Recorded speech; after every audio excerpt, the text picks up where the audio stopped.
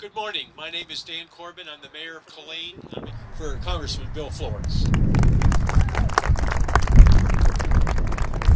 Those killed and wounded at Fort Hood deserve to receive the same benefits and honors as their counterparts who are wounded or killed in combat or in a terrorist attack. By supporting and honoring the Fort Hood Heroes Act, we are working to honor their sacrifices and ensure that their families are granted the equal benefits and treatments that they deserve.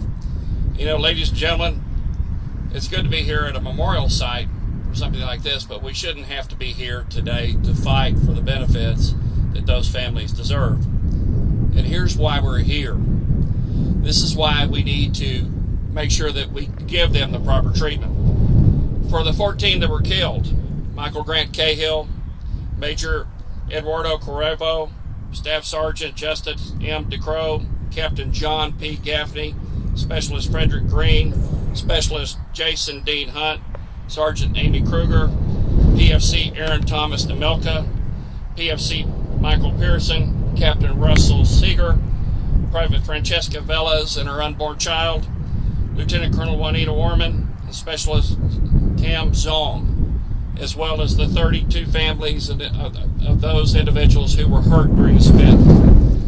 Ladies and gentlemen, it's great to be here to talk about this memorial, but let's make sure that we never forget these individuals, and let's make sure that the United States government treats them in the fashion that they should be treated. Thank you. Thank you for being here. It's really great to have people gather and show support. This is a worthy cause. We will continue until we see the medals pinned upon the breasts of those who deserve them. All right. But it's all of our fight, and let me say, I've got a lot of correspondence from a lot of you here and from others who were involved in this, both family members and those who are actually injured in the situation. And they have been very complimentary and very please keep going, and we weren't going to quit, and we're not going to quit until we see this resolved and it's done and over and people get what they deserve. A lady shared with me today, she'll probably speak in a few minutes, and she was a civilian there but had served many years in the Army before she became a civilian employee. And when she sought work from the help from the VA for dealing with the traumatic event, they said, well, it wasn't a service-related injury. So she couldn't get help from the VA. If this hadn't been declared a workforce violence situation, which is ridiculous, it wouldn't have had that. She probably wouldn't have had that problem with the VA. And those are things we never even think about that can happen. So to all of you that have been in this fight, hold on.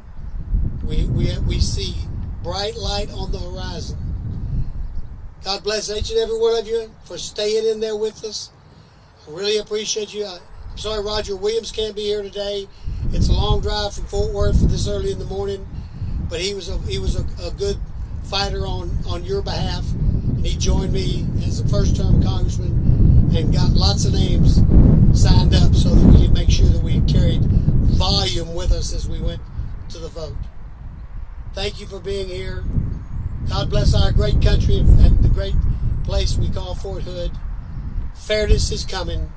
It's going to happen because it has to. Thank all of you. God bless you. Thank you, Mr. Mayor, and it truly is a pleasure and an honor to be back here at Killeen in Fort Hood, Texas. You know, I first drove into Fort Hood in 2002 when I was selected to come here in command in the 4th Infantry Division, 2nd Battalion, 20th Field Artillery Regiment. As I drove in today, I saw the exact same place where my wife Angela worked for a financial planning institution that worked with our military, One Killeen Plaza.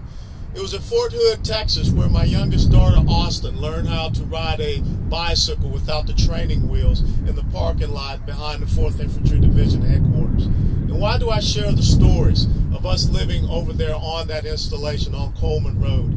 Because a United States military installation is a place where men and women, it's a place where warriors come to find respite. It's a place where families can be together before they have to deploy again. It's a place where soldiers, sailors, airmen, Marines, Coast Guardsmen are supposed to be safe. They're supposed to enjoy that time away. They're supposed to be able to have that camaraderie. But on November the 5th of 2009, a heinous attack occurred where that trust, that belief that we have of that place of solace and solitude was broken. A person that should have never been assigned to come down here to Fort Hood, Texas, because we knew exactly what they were doing at Walter Reed Army Medical Center. But because of political correctness, because of all of a sudden we believe that Kumbaya is part of our national security strategy, that person was allowed to be transferred here. And we know what? This is a day that will live in infamy for us. Those of us who have been stationed at Fort Hood, Texas, those of us who have worn that uniform, no different from 9/11, no different from Pearl Harbor. It was the most heinous of a sneak attack because it was a person that wore the uniform of the United States military. And if we cannot recognize what was done to our brothers and sisters on that infamous day, then it says a little bit less about us as Americans. And it says a little bit less about the commitment that we have to those men and women. We're watching right now what is happening to our veterans in this scandal with the Veterans Administration Hospital. We need to start correcting this thing. And we need to start right now, right here at Fort Hood, Texas, to honor those heroes, to honor those people who unfortunately gave the last full measure of devotion at a place where they were supposed to find peace, solace, and respite. So God bless you all for coming out. And I look forward to being back here, Judge, Bill, when we have the dedication of this memorial, because this is an important part. Fort Hood will always be a part of my military history. I always tell people steadfast and loyal, which was the motto of the 4th Infantry Division. And even though the Ivy Division is no longer here, the memories that I have of Fort Hood, Texas will always be carried forth in the West family. Ladies and gentlemen, if we are serious about being Americans, we have to be serious about standing up and protecting these men and these women and the families that continue on. I believe that's why you're here today. That's why I will be here, and I'll come back anytime that you ask me to. So thank you so very much. Steadfast and loyal. God bless America. So as long as the people are of goodwill, so as long as the people are honest, the efforts that have pushed their way through our lives the last 5 years to cover this up and hide the fact that this was a terrorist attack, as long as that goodwill and good people make sure that this does not stand, the cover-up will indeed fail. Representative Carter's bipartisan bill to provide appropriate decorations and compensation for our victims is long overdue. And so we ask in unity that our Congress move swiftly and move fast in making sure that these benefits are given over to these men and women that gave their lives,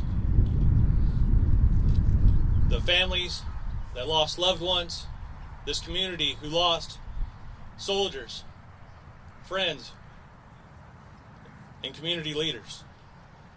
Finally, let me say that we look forward first to working with our friends in Congress to pass Representative Carter's bill.